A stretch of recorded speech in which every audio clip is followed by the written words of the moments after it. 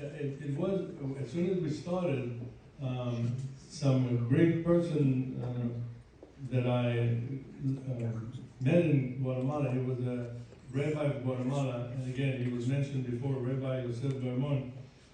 He came with the idea that since the volcano erupted a few days earlier, he said there are going to be a lot of dead people and a lot of people are going to lose their housing.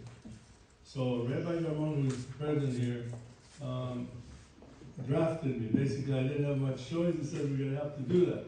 So through his work, I can tell you today, 4 years later, he was able to get donation and build 1,000 houses. So 1,000 people. Our focus has shifted just a little bit. Not only young people in trouble. When we see a disaster, the first thing that God has done is create the light. So we should think about that. He created the very most important thing that God thought was the most important. He created light. So we should think of everything how we live our life in light, not in darkness. Darkness meaning that hate. Yesterday was an International Holocaust Day, remembrance for the 6 million Jews that were butchered by the Nazis.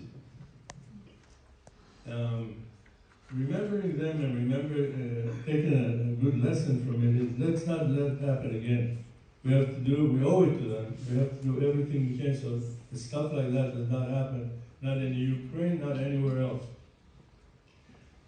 Also, something happened yesterday where targeting civilians, I believe, is very despicable.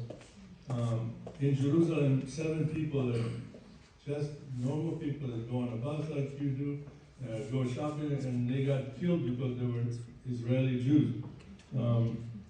I don't know whoever does that, what they think. For many years, Palestinians killed Jews, Jews killed Palestinians. Where did it take us? Are we any closer to have a peace in that land? I don't think we are. So maybe we should find a different way to solve that. And that's what Marwan. I often hear the justification for killing as, oh, it's only an eye for an eye, just like the Bible says. I don't know if the Bible meant that way, but if you just keep to that eye for an eye, we're all going to be blind.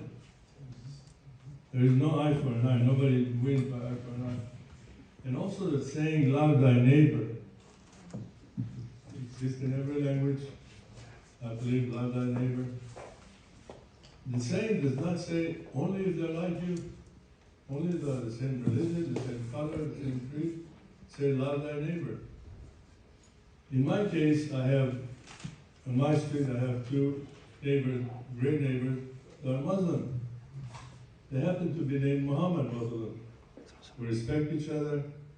We give each other presents in the holidays that correspond to that. And for 12 years they lived there, never had a problem. Not with them, not with us. That is the lesson. If we can live in I live in the United States. We don't fight if Florida is my country or my city.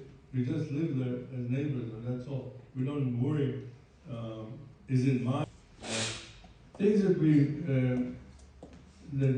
tend to forget. God is the only one. There is no 3 gods here. There's only one. And when we go to heaven, I don't think there is 3 different sections or 4 different sections. There's only one. There is no